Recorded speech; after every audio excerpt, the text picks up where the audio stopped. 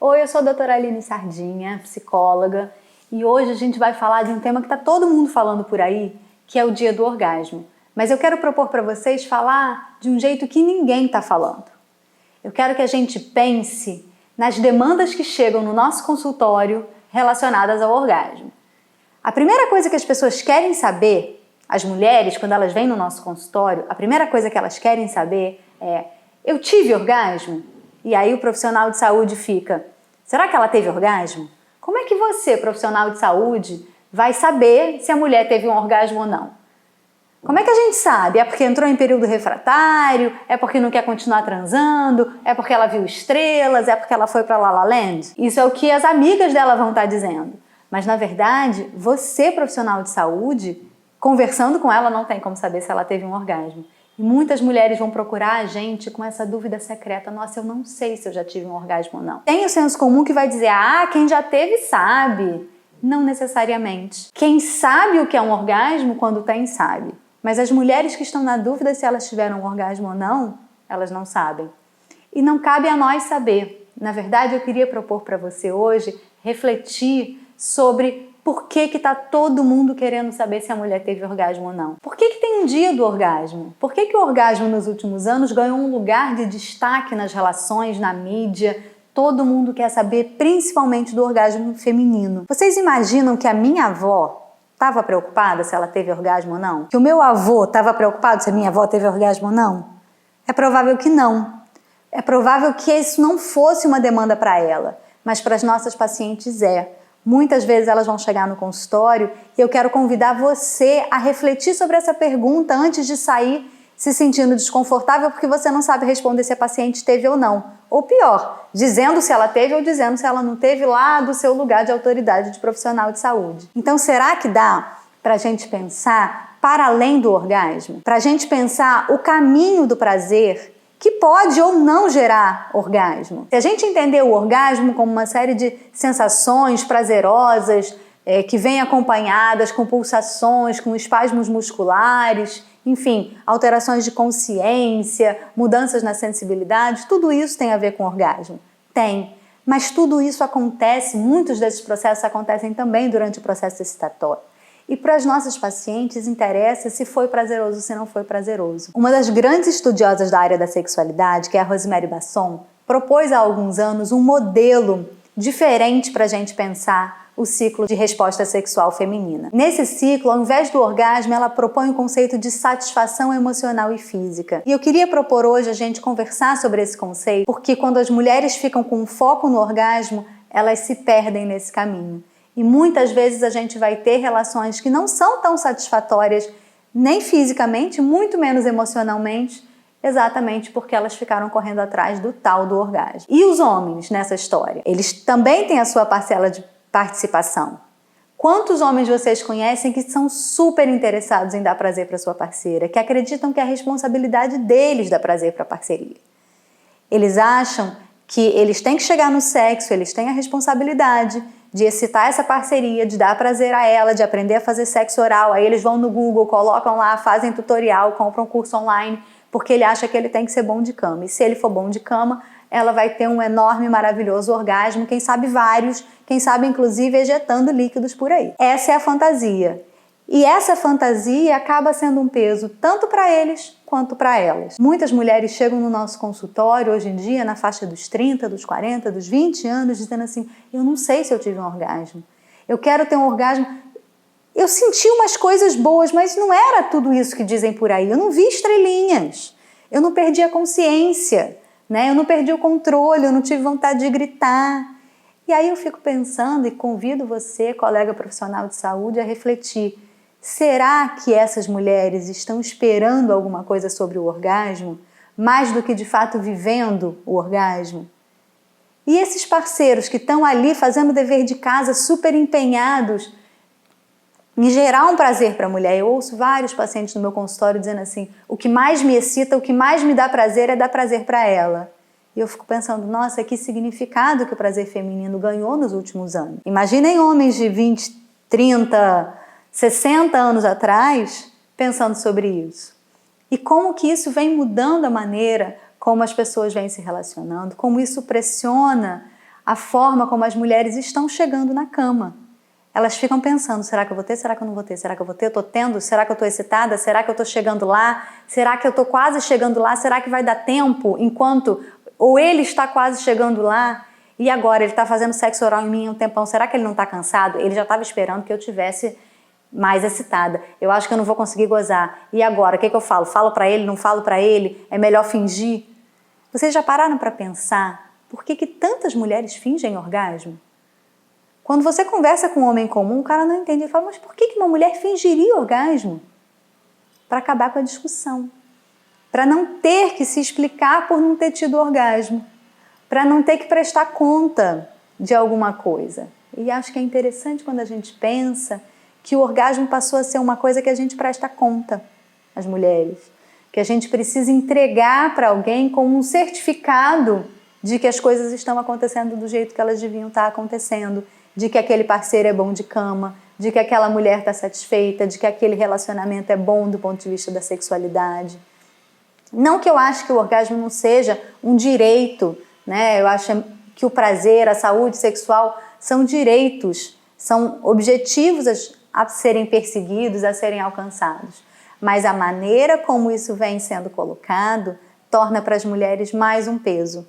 A ditadura do orgasmo é um peso que todas nós hoje devemos sentar e refletir. O DSM, que é o Manual de Diagnóstico e Estatística de Transtornos Mentais, onde a gente classifica as disfunções sexuais, fala que é normal ter orgasmo em pelo menos 75% das vezes. Ou seja, o próprio DSM fala que nem sempre você vai ter orgasmo, que muitas vezes você pode não ter orgasmo, mas ainda assim ter prazer. O modelo da Basson, quando ele fala da satisfação emocional e física, fala da sensação de conexão, fala do prazer, fala das sensações genitais associadas ao prazer, ou seja, de todo um caminho que é prazeroso e não de poucos segundos de êxtase.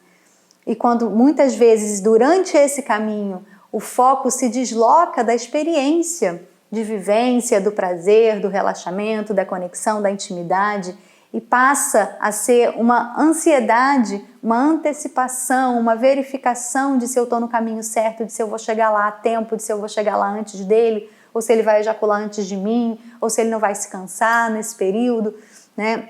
Se eu estou dentro de um tempo normal, muitas mulheres acabam nem aproveitando o caminho e nem tendo o pote de ouro no final do arco-íris.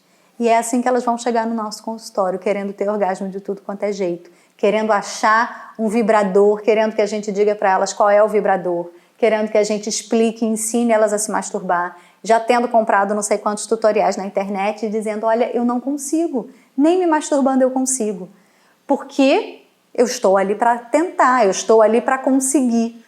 E isso é antagônico a tudo que a gente precisa construir para que as mulheres possam de fato estar ali experimentando o prazer que lhes é de direito. E eu queria que a gente pensasse no nosso papel enquanto profissional de saúde, no nosso papel enquanto produtores de conhecimento, enquanto cientistas que produzimos ciência. Que mensagem é essa que a gente está passando para as mulheres? O que é isso que a gente quer que elas entendam que elas precisam ter? Que dor é essa que a gente está causando nessas mulheres quando a gente endossa esse discurso de que todo mundo tem que ter orgasmo, de preferência múltiplos? E acho que é importante que a gente possa parar para pensar que quando uma paciente chega para nós e diz, será que eu tive orgasmo? Eu não sei se eu tive. Vamos refletir com ela por que ela acha que ela precisa ter.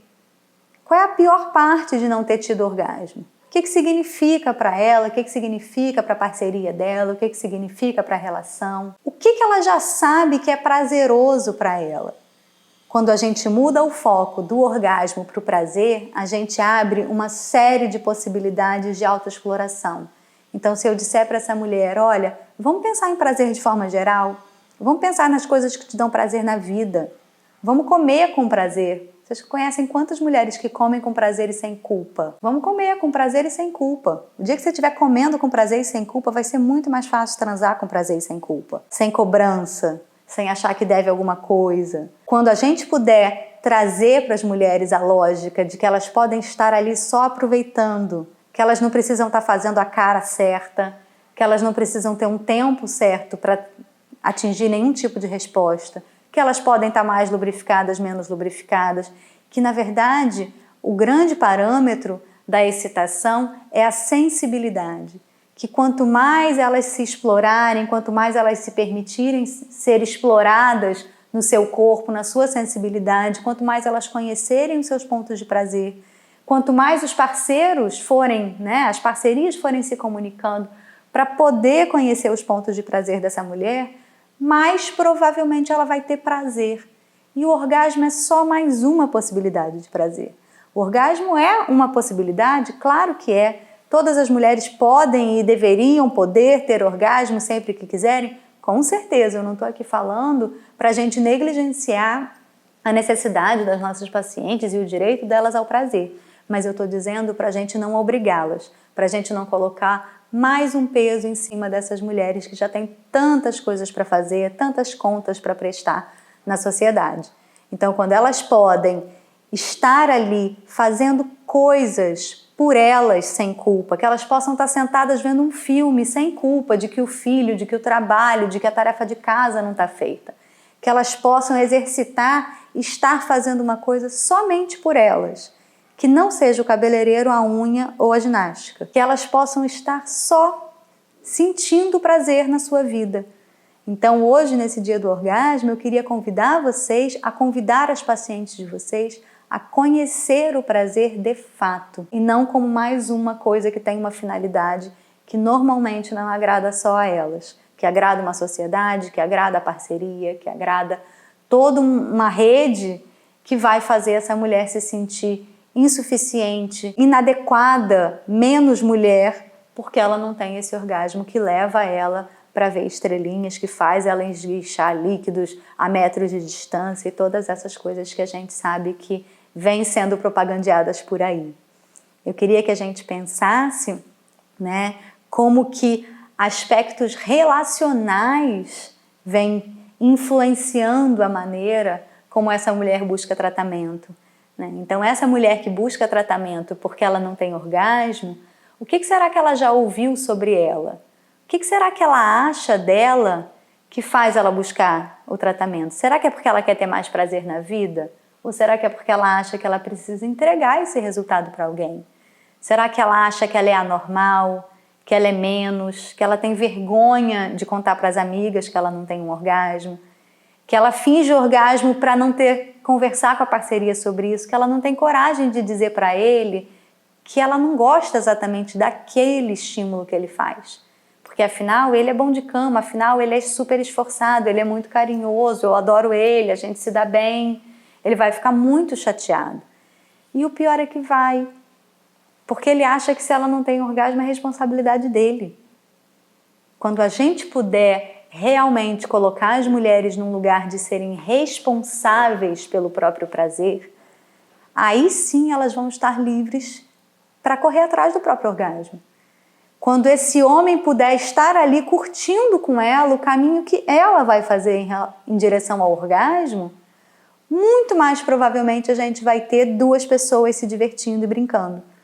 Que é isso que torna as coisas prazerosas, que é isso que vai fazer o sexo se tornar satisfatório tanto do ponto de vista físico quanto do ponto de vista emocional.